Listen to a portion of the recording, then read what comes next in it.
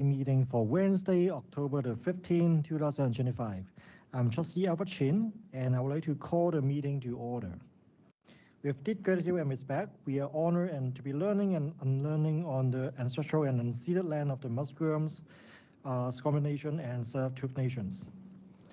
The meeting is currently being broadcast live, and both the audio and video recordings will be accessible to the public for viewing even after the meeting ends. Footage from this meeting may be viewed from Canada or anywhere else in the world. The board has a strong commitment to ethical conduct. This includes the responsibility of all participants to conduct themselves with appropriate decorum and professionalism. As chair of the committee, it's my responsibility to see that decorum is maintained. Following presentation, there will be an opportunity to ask questions for clarification's purpose. I'll ask all participants to keep questions and comments to the content provided in the presentation or report.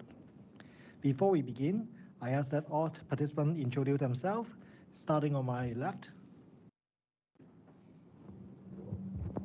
Shannon Burton, Director of Instruction. Susie Polson, District Principal of Learning and Instruction. Rosie Petchka, Director of Instruction Learning Services. Teo Huberman, Vancouver District Students' Council Representative. Riley McMitchell, he, him, Elementary Principals and Vice Principals. Kirsten Baker-Williams, Education Director, Squamish Nation. Deborah Tintan, Vancouver Elementary and Adult Educators Society. Trustee Victoria Young and Committee Member. Bruce Garnett, District Principal, here on behalf of VASA. Kirsten Turing, Education Manager for the Tsleil-Waututh Nation. Susie Ma, Trustee, Committee Member. Janet Fraser, Trustee. Angela Waterlow, DPAC. Carl Janzi, Vancouver Secondary Teachers Association. Thank you. Maureen McRae-Stanger, Associate Superintendent, Elementary, she, her. Allison Ogden, Associate Superintendent, she, her.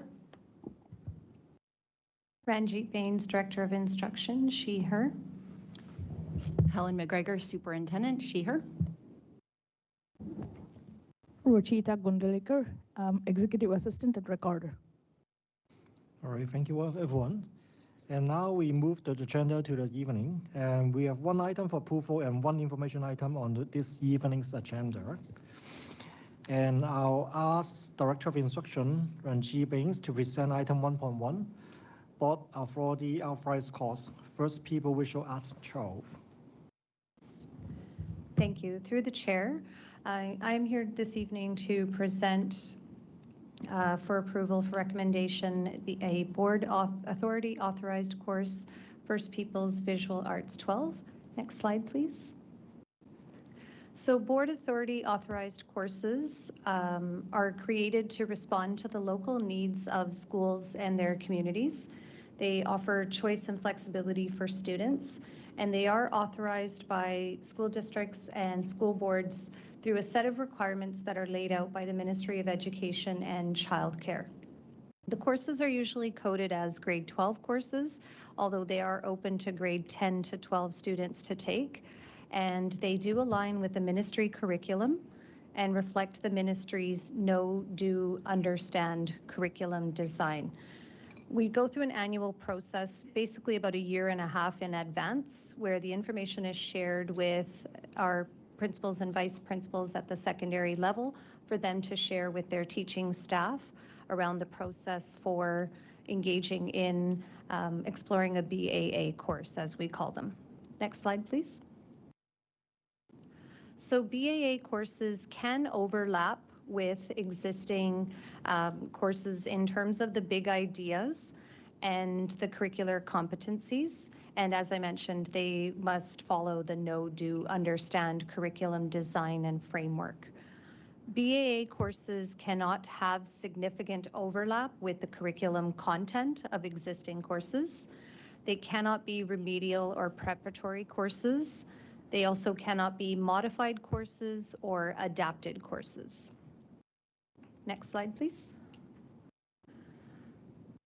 The process for approval for a BAA course is through a BAA course review committee, which is comprised of district staff, secondary school-based principals and vice principals, and Vancouver Secondary Teachers Association members.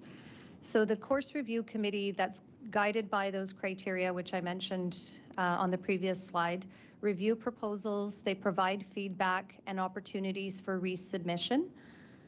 This year, for the next school year, the 2026-27 school year, the following course, as I mentioned, which is the First People's Visual Arts 12, is the one that was approved by the committee. Next slide, please. So the First People's Visual Arts 12 course is embedded and grounded in the work of the First People's Principles of Learning, specifically the exploration of one's identity and the concept of learning taking patience and time. Students would be offered an opportunity to explore their own identity as well as Indigenous historical traditions, perspectives, and worldviews. The course would begin with a look at local Indigenous knowledge and perspectives, and also Coast Salish art practices would be embedded in the coursework. And then students are would be encouraged to explore other Indigenous cultures, both BC and Canadian. Next slide, please. In terms of the big ideas for this course, they are overlapping with existing art courses with a deeper focus on Indigenous perspectives, storytelling, and the First People's Principles of Learning. And as I mentioned, overall, they do overlap with existing art courses such as Art Studio 12 and Studio Art 12, but with a deeper focus on Indigenous perspectives, ways of being, and knowledge. Next slide, please. Oh, that was fast. Questions? Hi, thank you. Before we have go through questions, to ensure that we have enough time to address all the items of the agenda, I would like to remind all participants to keep questions and comment to the content provided in the presentation or report. So now, is there any questions regarding this board authority course, First People Visual Arts of 12? All right, thank you. Hi, Kirsten Baker-Williams, Squamish Nation. So thank you for creating the course, and I think it's important to have representation in the fine arts, especially around First Nations art. I'm just reviewing the outline of the board authorized course. I do have some feedback that I'd like to give to add to it, if that's possible, and understanding that there is some time restraints. I was wondering if I can provide some feedback prior to the official approval of the board, or if you would like me to give feedback now through the chair. Yes, please. Okay, the feedback. Okay, sorry, I'll try and be fast with this particular piece of it. So I'm not an artist myself, but in 2009, like preparing for the Olympics when I was principal at the school, we hosted about 40 artists that were both First Nations and non-First Nations, primarily Squamish and non-Squamish. And the questions that the artists were essentially asking people in the room was not just particularly about the techniques or the art forms, but, you know, when you were taking the tree for the carving, what did you do in the forest? How did you prepare yourself? How did you prepare yourself mentally, spiritually before you did that piece of it? So you're carving these particular pieces, you know, where did you learn this piece? From what land does it come from? I don't see you at the potlatches, like who are your teachers?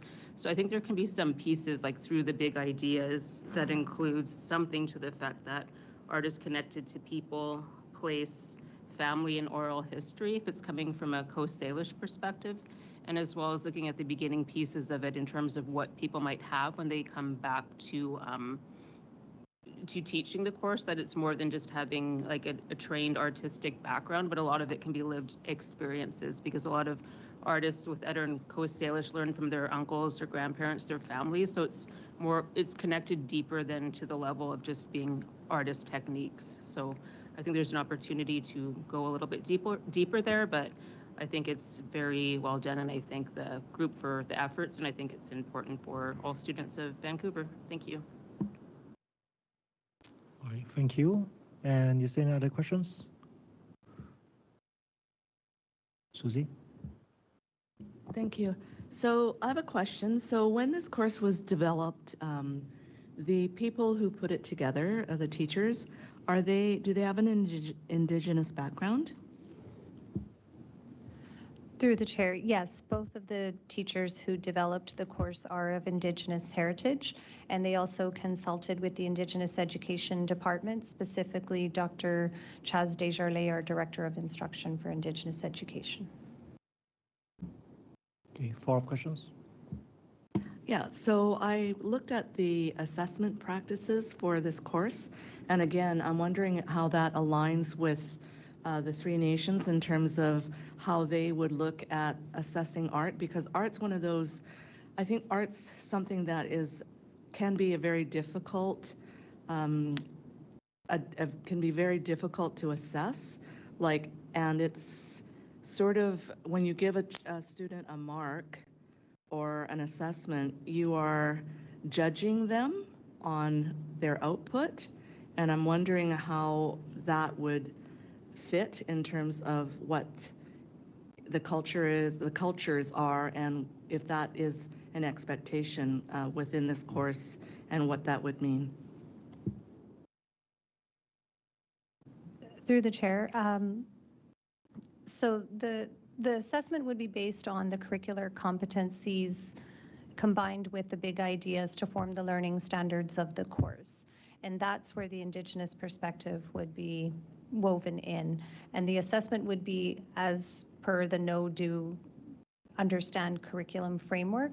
It would still be proficiency based. It's not a judgment, I would say, on the output of the art, but it would be aligned with the learning standards that the teachers would create for that course and be proficiency based. Any other questions? Oh, Trustee Mao.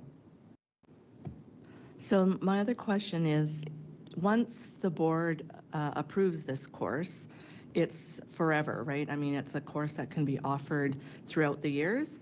And so do we have any sort of assurance or who would be qualified to teach this course? And would there be that sort of requirement that it would have to be somebody with an Indigenous background? Through the chair.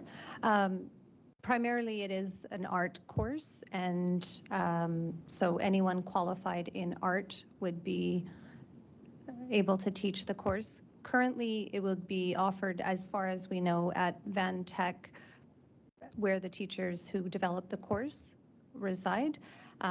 So the starting point would be the art qualifications, and as per the curriculum that we have in all of our BC courses currently, Indigenous perspectives are expected to be embedded in all of our courses, and all of our teachers are receiving ongoing support and professional learning to embed Indigenous practices in all of the courses.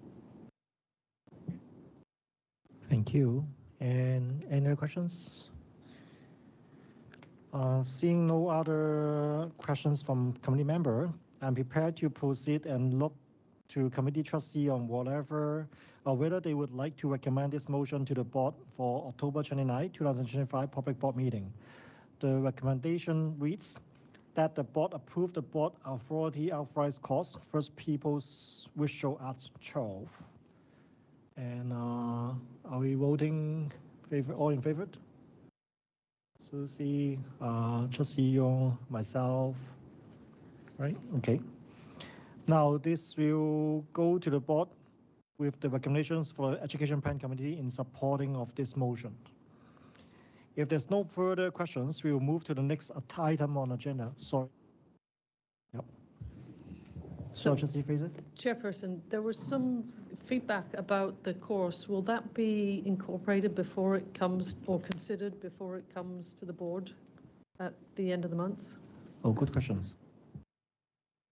Through the chair, I will connect with the teachers, and the committee will connect with the teachers and provide that feedback.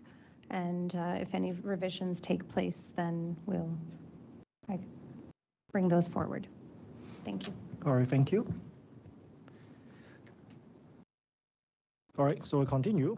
And we'll move to the next agenda item, framework for enhancing student learning, K-12 literacy supports. And I'll ask Associate Superintendent Maureen McGray-Singer and Alison Ogun to present the item. Thank you, Chair. Next slide, please.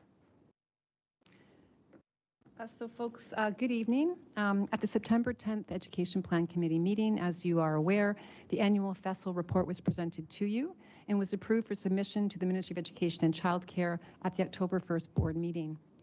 The comprehensive review of the FESL data and evidence in the report supported the ongoing identification of 4 priorities for our learners in the VSB to support student success.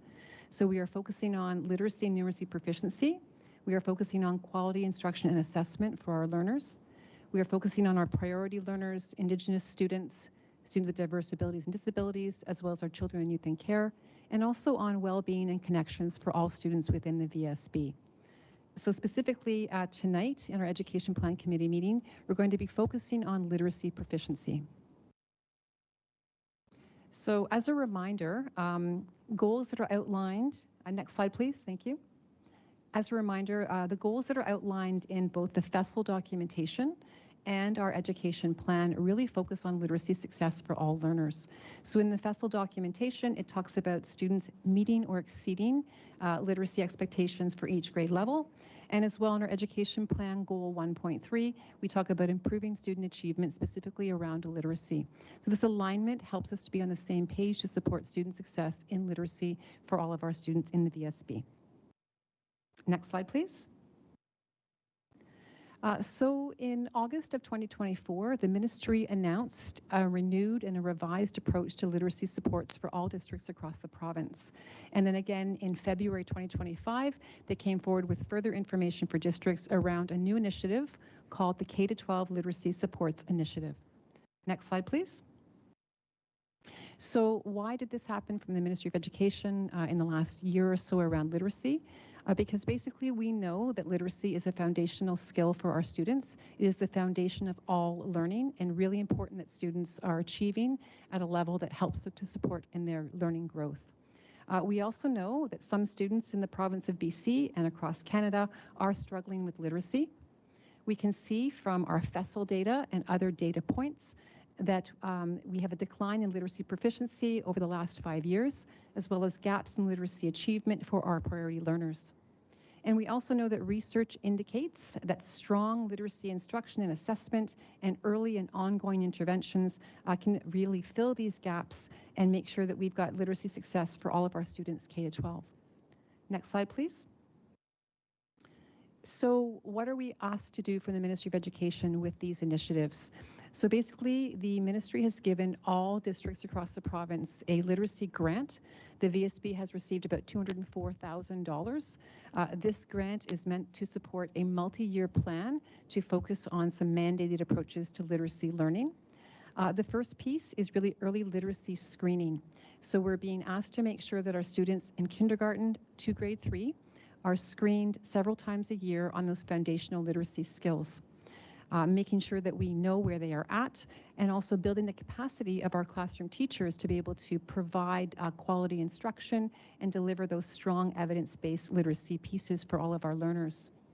We also want to make sure that it's not just about the primary grades K-3, that literacy is a K-12 focus for us, and making sure that we continue with interventions for students past grade 3 who might still be struggling with literacy foundational skills. And also we have a mandate to provide professional learning for our staff, as well as making sure that we're educating our parents as well. So parents understand those key foundational skills in literacy, and they understand development for their child in this really important area. Next slide, please. I want to talk a little bit about literacy screening. I've mentioned this before at the Ed Committee meeting in September and as well as the board meeting. It's important to know what these screeners actually are. So first of all, they are a brief formative assessment. Teachers are using them to actually track the skills of students within their classroom. And when I say brief, they're about maybe 5 to 8 minutes long to do for each student. Teachers will do them for each student in their classroom. This screener, the assessment, actually helps to determine where all students are in very specific and foundational literacy skills. So things like sound, symbol relationship, naming letters, phonemic awareness, phonics are all part of what we're screening for our students in each grade level. These types of screeners, they provide reliable and valid results. They have been tested, they have been criterion referenced, so we make sure the results that we see can indicate if students are having some challenges. Basically, these assessments are meant for the teacher to guide their instructional planning and practice and to make sure that students are getting what they need in those foundational skills. And these screeners are also predictive. So students who might struggle in screeners, it could be predicting upcoming issues they might have with literacy, so we can know early and be able to intervene for them. And again, these are meant to be a classroom teacher assessment administered 2 to 3 times per year and really trying to monitor progress. And the important piece here is really that we are screening. That's an action that we're taking, but really the intervention part is the most important part. So if a teacher notices that some of their students are not performing well in one of the foundational skill areas, they know they have to adjust their teaching practices, maybe group students differently, do some one-on-one support with those children to make sure those skills are up to where they should be for students to be successful. Next slide, please. Over to Allison around our VSB actions to date. Thanks, Maureen. We did want to take some time just to update folks on what work has been done between that ministry announcement in the fall of 2024 and now. In order to sort of determine where things were at with people, we did a literacy survey with all of our schools to really determine what folks in the field were using and how they were approaching literacy screening. So we asked them some really specific questions around screeners and timing to gather some baseline information to figure out where we needed to start and provide some support for folks. We also took time to share information about this K-12 literacy support initiative with all of the associations and union groups to answer questions and get input on that. Out of that, we created a literacy working group that met a number of times last year in the spring. It was made up of, and it was a very large group, very passionate group of people around literacy, and it was really exciting. There were classroom teachers, resource teachers, speech language pathologists, educational psychologists, and district staff. And together, we took the time to understand what the ministry was asking, to provide some feedback on the development of a plan to support those literacy goals, to ensure alignment with the VSB responsive literacy framework, which had been in the works for a number of years and had already been implemented. And so wanting to honor and align the work that was already happening in schools and the support that students were receiving through that responsive literacy framework. We did take some time to look at some of the possible evidence-based screeners to determine a screener selection, because at that time, when the working group was put together, the information we had from the ministry at the time was that we were to determine a screener for the district. I'll talk about that in a minute. And we also wanted to use that group of folks to help inform and create training materials for teachers.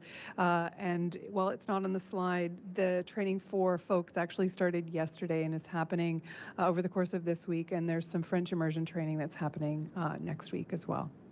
Additionally, work is underway on a secondary literacy framework and developing an implementation plan because we know that we also have students in our high schools for various reasons who are struggling with literacy, and that's something that we really need to focus on. Next slide, please. Just ministry updates from June until now. The implementation of mandatory screening, we were told it was kindergarten would be the mandatory screening for this year, using a ministry approved or locally developed screener that meets ministry criteria. So based on the conversations that we had in the spring, we're moving ahead as a district using DIBELS with our kindergarten students this year. We are being told that there will be mandatory screening for grades 1 to 3 students beginning next fall. And the ministry is working on a standardized approach for screening those K-3 students with a single screening tool for provincial use starting in the fall. The information that's been shared is that that screening tool will be responsive to the needs of our students, it will be aligned with our curriculum, and it will be culturally responsive and honor Indigenous ways of learning. We also know that our K-3 French immersion students must be screened in French. Next slide. We are going to take some time today in some of the groups to actually explore some of these measures, because I think we talk a lot about them in this committee, but I'm not sure how much time we've all taken to kind of dig through them and explore. So we wanted to make sure that people had time today to do that. But there is a continuum of screeners, essentially, or touch points when we're, as a district, looking at students and where they are with their literacy. So beginning in kindergarten, those literacy screeners, followed up with the FSA in grade 4 and 7, and the graduation literacy assessment again in grade 10 and 12 for our secondary students. So I think it's really important to note that we're looking to ensure that all students will meet or exceed literacy expectations, and that these are touch points that allow us to gather information to determine where supports are best placed. Next slide, please. And finally, in the FESL, the Reflect and Adjust chart, highlights the myriad interventions. I think we spent a lot of time talking about screeners, but respectfully, the most important work is what we choose to do on the intervention side. And in the FESL, you'll be able to see the number of different avenues and ways that we as a district are approaching the intervention for students around literacy based on the information that we're gathering from how we know our students are doing globally from those assessments and screeners that I just mentioned on the slide before. And that's it. Well, thank you both. Is there any questions, or are there any questions to this framework for enhancing student learning K-12 literacy support? Yes.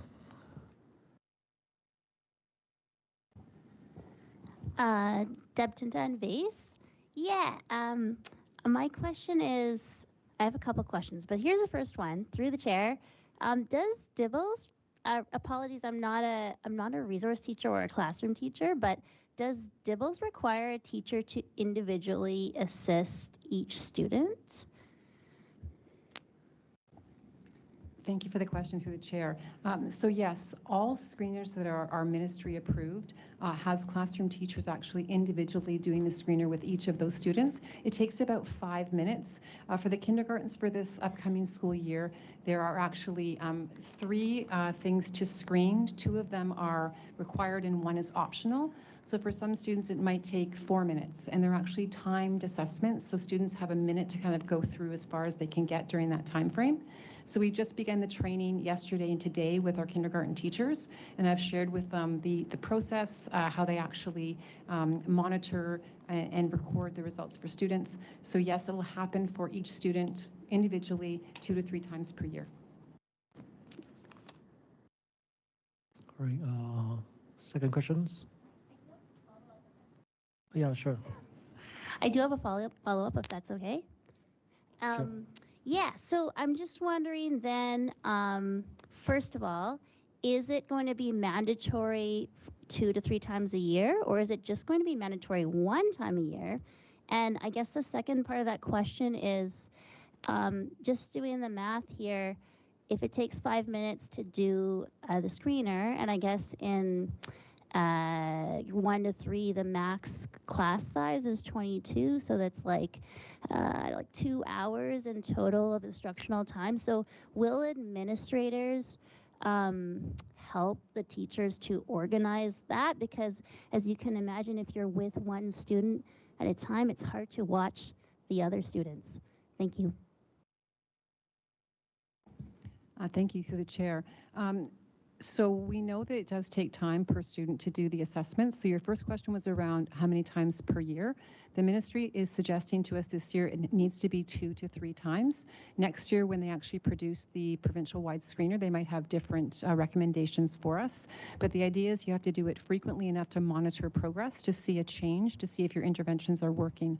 So yes, 2 to 3 times a year is our recommendation for this year. And we have given kindergarten teachers a bit of a timeline. We've said here's a window of when to actually do this assessment with your students. And again, teachers can schedule how they're going to do it in their classroom over a period of time. They're not expected to do it for every student all in one day. They might spread it out and do a couple of students over several weeks, maybe 2 weeks or a week, and do a couple of students a day. And they'll determine kind of the best scheduling for that in their classroom. Our principals and vice principals have also been trained in DIBELS and can support with the scheduling process, but it really is a classroom teacher responsibility, like all assessment is in classrooms. So teachers do take time to observe students or do other assessments. This is another piece in that puzzle of assessing to add into their knowledge of those students. All right, thank you. Trustee Young.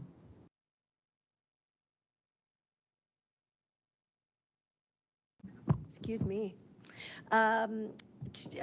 To you, Associate Superintendent Maureen McRae-Stenger.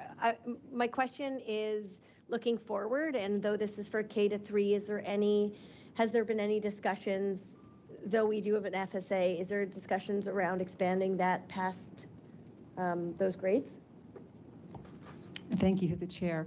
So right now the ministry is mandating K-3 for this type of screener, but DIBELS, for example, does have screening up to grade 9. So at this point in time, we haven't been directed to go further than grade 3, but I think our classroom teachers do a great job of doing lots of different assessments at all grade levels, and this is just one piece. It's a standardized piece, so we can get that data that we need to make sure we put interventions in place, but there are opportunities for further grade levels if we feel it's important for our students.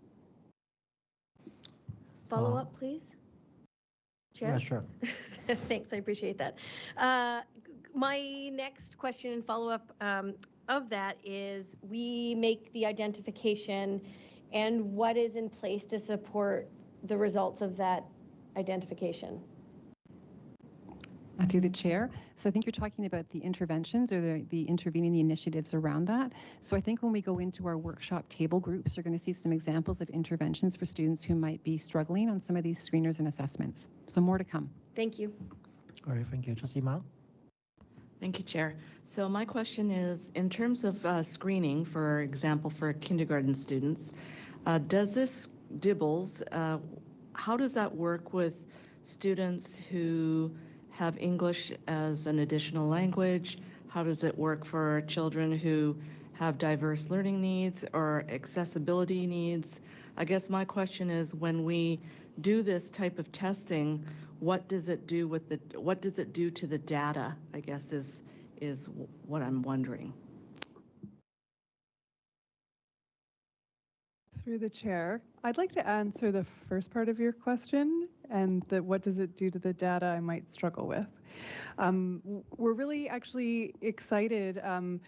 Learning services staff have been working with our augmentative communication speech language pathologists have been working with teachers, because we really want to make sure that our students with disabilities or diverse abilities are included in this. And so how do we find ways to actually do that authentically, to measure where all students are at in terms of their literacy? So not a concrete answer, but staff are working on it and are aware and want to make sure that all students have a place here, so that we are providing information to all families about where students are on their pathway to literacy.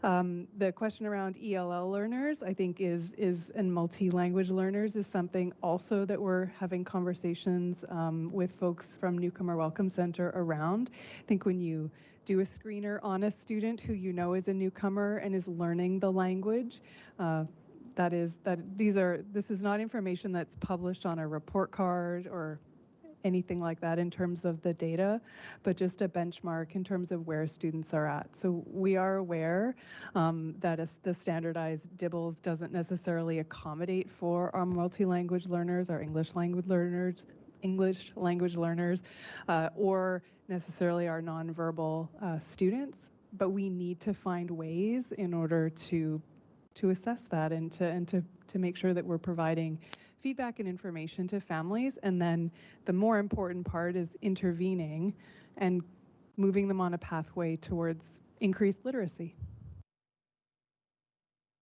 All right, thank you. Is there more questions? Can I just add to that quickly? Sorry. Can I add to that about the data? I think any of the data is important. So even if the data shows that a student is not meeting expectations for those 3 skill levels that are being screened at kindergarten, That's important information for the classroom teacher to be aware of, so they can really start to focus on making sure that that student does have those skills, whether they're an ELL student or a diverse student. So all of the data is good data for us, however we use it for those students. And again, that data is not part of the report card. It's really part of helping the classroom teacher for the intervention piece. Trustee Ma, you have a follow-up questions, and then Trustee Yong. Yeah, so in terms of the follow-up data then, I guess my question is the ministry going to be collecting this data, and are they going to be reporting it out in some way? Because we know what happens with the FSA, and my concern, of course, is although I think it's great to have this screening tool, I think it's great that we're providing interventions, like I'm all for that, but my concern is that once the data gets out of our purview and goes somewhere else, that data can be, I guess, shared publicly in a way that might not be the best. So that, I guess that is my concern. And the question is, have we heard from the ministry how they are going to be using this data? And does this data come with any additional funding should we need to provide more intervention? Thank you, the Chair. So the data is going to be part of the upcoming FESL report for next year.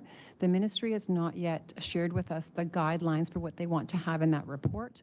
They do want us to submit high-level data, like how many students were screened, how many students in the first screening session were at risk, how many improved in the second screening or the third screening.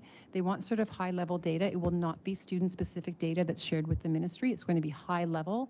Kind of that macro, kind of that large overhead sort of satellite sort of data. They'll be looking at that. And then really it'll be part of our responsibility to talk about, well, if we've identified, this percentage of students in grade 1 are struggling with this skill, then what are the interventions that we're putting in place? So really it's information for us. Ministry data is publicly available for many of our assessments. So not only FSA, but graduation literacy assessments are also publicly available. They don't identify students, and we're not going to be using those to rank schools or teachers or any of those things as well. It's really helping us to identify where to put supports in place for learners. So I think that answers that first question. And then around the additional supports or resources and funding, I believe you asked, Trustee Ma. So we currently have the grant we received about $200,000. It's meant to kind of be spread out over the next 2 years, so this year and the upcoming year. And then we have to figure out ways that we're going to be supporting the work that we do. Much of this work is already happening and doesn't really require additional funds. It really is just helping our teachers to identify and then be more proactive in their planning for student needs in the classroom. Thank you. Trustee Yong. My question was around that grant money and how it would stretch. So thank you for that. I'm good. Thanks. All right, thank you. And hi, Kirsten Toring from Tsleil-Waututh Nation. I'm just wondering, when you talk about high-level data that will be shared out, will there be will the data be separated by Indigenous students, and will that be available to the Indigenous Education Committee? Thank you, through the chair. Yes, that level of data will be shared. We'll be able to disaggregate the data by our priority populations, just as we do in the other FESL data and documentation. Important for us to know, because those are really where we're seeing the gaps for those learners. So we want to see some progress there. And really with the data, it's going to be looking at what happened in the first time we screened and what happened towards the end. And then really, when we get into, K1, 2, and 3, we're going to be looking at that data across those grades. And then that grade 4 FSA data will become very important for us, because that is going to be a measure to see, did the interventions work K to 3? Are we seeing a difference in the grade 4 data? But it will be shared by priority population, yes. all right, thank you. Any questions? All right, Deborah. Yeah, I just have a follow-up question about the grant. So, is it my understanding is that most of the grant was spent on the licenses for the literacy screeners? No, but yeah, I just was wondering. So I know that a lot of money had to be spent to get the license. So how much is left over to be used, like over the next 2 years? Thank you, through the chair. We have spent very little of the grant money to date because we don't have to pay a license. Dibbles is free. We can simply take it from their website and photocopy for our teachers, and we have provided all K teachers with a binder of all the Dibbles resources for their use. So we paid a small cost to our print shop for the printing of the binders for each K teacher. We also have provided some release time for our literacy working group, and as well we're going to be releasing some of our French immersion teachers as well. So really we haven't spent very much of that money.